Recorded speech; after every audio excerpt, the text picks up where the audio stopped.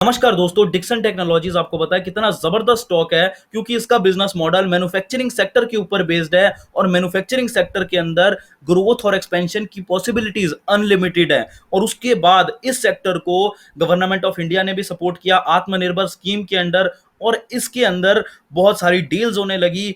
PLI scheme की वजह से भी इसमें बहुत सारी डील्स होने लगी और इसके बाद इसका क्वार्टर रिजल्ट आया था जो कि बहुत अच्छा था। और तब ये स्टॉक अपने प्राइस से 4-5 गुना हो गया था, यानी कि इतना जबरदस्त मल्टीबैगर स्टॉक बन गया था। तो इस मैन्युफैक्चरिंग सेक्टर के अंदर एक और स्टॉक है जिसे हम ऑब्जर्व कर सकते हैं, जिसने पीएलआई स्कीम का बहुत अच्छा फायदा उठाया है और इसका भी रिजल्ट बहुत जबरदस्त आया है। ये स्टॉक भागने के लिए तैयार है। अब आपको डिसाइड करना है कि आप कोई स्टॉक को अभी पकड़ते हैं या तेजी आने के बाद पकड़ते हैं। दोस्तों, स्टॉक के ऊपर सीधे आ जाते हैं। स्टॉक का नाम आपको मैं 2 मिनट में बता दूंगा, पर अगर आप देखेंगे इसके एक बार रिजल्ट्स देखेंगे, यहां पे मैं आपको बताऊंगा, अगर दिसंबर 2020 में आप प्रॉफिट देखेंगे तो वो था 27 करोड़। और अगर आप मार्च 2021 में यानी कि नेक्स्ट क्वार्टर में, अभी रिसेंट क्वार्टर का आप रिजल्ट देखेंगे तो प्रॉफिट हो गया 75 करोड़, यानी कि सीधा सीधा 3 गुना प्रॉफिट हो गया एक क्वार्टर में दोस्तों, जो कि बहुत बड़ी बात है। यहां पे मैं बात कर रहा हूं, यहां पे आप देख सकते हैं नेट प्रॉफिट की। अगर मैं नेट सेल्स की बात करूंगा तो आप देख सकते हैं नेट सेल्स हो गई 2 गुनी, 750 से 1500 हो गई है इसकी सेल्स। मैं एक आपको राउंड फिगर में बता रहा हूं, सेल्स 2 गुनी हो चुकी है और प्रॉफिट 3 गुना हो चुका है। इससे जबरदस्त बात क्या हो सकती है? और ऐसा क्यों होता है दोस्तों? ऐसा इसलिए होता है क्योंकि ये आप देख सकते हैं कंपनी का जो ऑपरेटिंग प्रॉफिट मार्जिन है वो बहुत जबरदस्त तरीके से बढ़ा है। देखिए, प्रॉफिट मार्जिन मैन्युफैक्चरिंग कंपनीज के अंदर एक लिमिटेड बढ़ सकता है। ऐसा नहीं होता 50% का प्रॉफिट मार्जिन ले लें। आप मैन्युफैक्चरिंग कंपनीज में इतना ज्यादा प्रॉफिट मार्जिन नहीं रख सकते हैं। अगर आप डिक्सन टेक्नोलॉजीज का देखेंगे वो भी 5% है, तो इसका प्रॉफिट मार्जिन इतना ज्यादा नहीं होगा। इनको अपनी सेल्स की ग्रोथ से ही अपने आप को बढ़ाना पड़ता है। दोस्तों, अगर मैं सीधे कंपनी का नाम आपको बताता हूं तो दोस्तों ये कंपनी है दोस्तों अंबर एंटरप्राइजेज। बिजनेस मॉडल इसका क्या है दोस्तों? ये एक इकलौती कंपनी है इंडिया में जो मैन्युफैक्चरिंग करती है इसकी एसीज वगैरह की। अब आप मुझे बताइए, अभी आने वाला टाइम किसका है? जून जुलाई में गर्मी बढ़ने वाली है कि नहीं बढ़ने वाली? इस टाइम में गर्मी बढ़ेगी तो इस सेक्टर में बहुत ज्यादा एसी और इन सब की कूलिंग इक्विपमेंट्स की बहुत ज्यादा डिमांड बढ़ने वाली है। और जब इसकी डिमांड बढ़ेगी तो ये कंपनी बहुत ज्यादा ग्रो करेगी। देखिए, ये मैन्युफैक्चरिंग करती है एसी वगैरह की, एसी और कूलिंग इक्विपमेंट्स की। और इसके क्लाइंट्स कौन कौन है ये देख के आप हैरान हो जाएंगे। इसके क्लाइंट्स हैं, ये देखिए, आप इधर देख सकते हैं, एलजी इसका क्लाइंट है, ब्लू स्टार इसका क्लाइंट है। इतनी बड़ी बड़ी कंपनीज इसके क्लाइंट है। महिंद्रा अगर आप देखेंगे, गोदरेज देखिए, हिताची, इन्हीं सब कंपनीज के तो आप खरीदते हैं। या आप एलजी का खरीदते हैं, हिताची का खरीदते हैं, ब्लू स्टार का खरीदते हैं, इन सब के आप एसी खरीदते हैं। तो अल्टीमेटली जो उनमें से कुछ हिस्सा प्रॉफिट का इस कंपनी को जा रहा होगा, आप ये देखिए।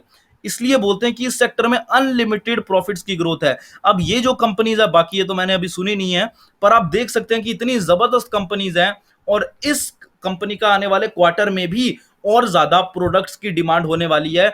जनवरी फरवरी मार्च वाले क्वार्टर में तो इसकी डिमांड बढ़ी थी, जिसकी वजह से इसका अच्छा खासा रिजल्ट आया है। दोस्तों, पीएलआई स्कीम पिछले साल अनाउंस हुई थी, जिसकी वजह से आप देख सकते हैं जो मित्सुबिशी जैसी कंपनीज थी और भी 2-4 जो कंपनीज थी जो बाहर से प्रोडक्ट्स को लाती थी, इंडिया में एक्सपोर्ट करती थी, मतलब उधर से एक्सपोर्ट करके इंडिया में लाती थी प्रोडक्ट्स को, उन पर सरकार ने या तो ड्यूटी ज्यादा बढ़ा दी थी या फिर उसके ऊपर बैन ही लगा दिया था सीधे, कि आप बाहर से उन equipments, cooling equipments, AC equipments को आप नहीं एक्सपोर्ट कर सकते। उस कंपनी में से इंडिया में आप इंपोर्ट नहीं कर सकते हो। तो बिल्कुल चांसेस थे कि इसी कंपनी को सारे के सारे ऑर्डर्स मिलने थे। तो वैसे ही इस कंपनी को अच्छे खासे ऑर्डर्स मिले। आप देख सकते हैं, इस कंपनी का नाम मैं आपको बताता हूं और इसकी आप मार्केट कैप देख सकते हैं।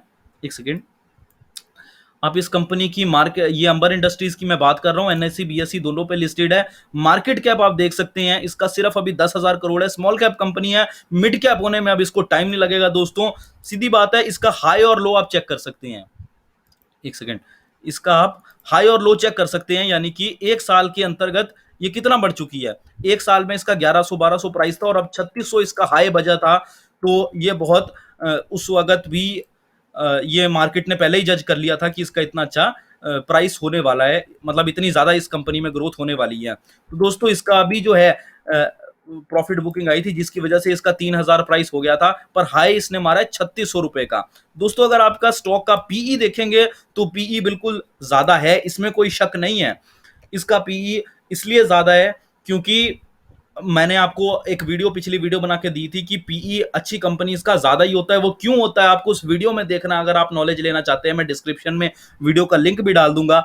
आरओसी आरओई इसका कम है, बिल्कुल है, क्योंकि मैन्युफैक्चरिंग कंपनीज में इतना ज्यादा प्रॉफिट मार्जिन नहीं रख सकते हैं, जिसकी वजह से इसका आरओसी आरओई कम आता है दोस्तों, क्योंकि ये कैपिटल इंटेंसिव बिजनेस है। ये जितना इन्वेस्ट करता है, देखिए इनकी जो कंपनियां का जो मशीनें आती हैं मैन्युफैक्चरिंग करने के लिए, ये बहुत महंगी मशीनें आती हैं, इसलिए इसका आरओसी आरओई कम है। और देख लीजिए इस कंपनी का अगर आप ग्रोथ भी देखेंगे तो पिछले साल के कंपैरिजन में इसका 3 साल से इसका प्रॉफिट सीएजीआर काफी अच्छा दे रहा है। और इस साल तो ये कंपनी बहुत तेजी से भाग गया, क्यों? क्योंकि आत्मनिर्भर स्कीम आई थी।